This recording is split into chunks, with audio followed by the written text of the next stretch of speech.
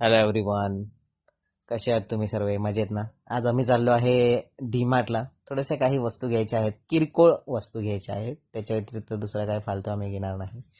आणि हे आहे आमच्या इथलं डीमार्ट, बदलापूर अंबरनाथ मधलं.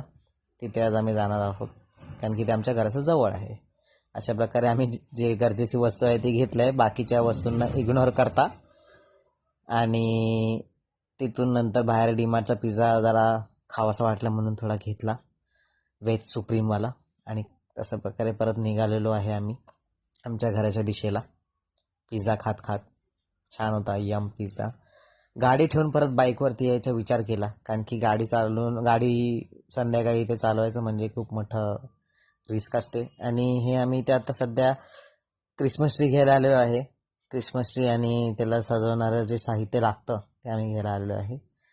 आम्ही विचारपूस केली क्रिसमस ट्रीची. जरा थोडाफार बराच महाग सांगत होता, म्हणून आम्ही विचार केला दुसरीकडे जाऊन स्वस्त कुठे भेटत असेल तिकडे विचार करू. आणि आम्हाला एक क्रिसमस ट्री भेटला फायनली स्वस्तात, जो आम्ही ₹250 घेतला आहे. आणि काही किरकोळ सामान घेताना हे मेन स्टार असतं जे क्रिसमस ट्रीच्या वरती लावायला लागतं. हे बॉल्स, बेल्स, जिंगल बेल्स छान वाटतं बघायला क्रिसमसच्या वेळेस. आणि हे फायनली चूज केलं आम्ही सगळं साहित्य घेऊन. मग काकूंचा वडापाव खाल्ल्याशिवाय दिवस पूर्ण होत नाही, कारण की हा एक टेस्टी वडापाव आहे खरवई नाक्याला, जो तुम्ही ट्राय करू शकता. मग आम्ही आमच्या मुलीला फायनली दाखवलं की आम्ही क्रिसमस ट्री आणि घेऊन आलो आहे.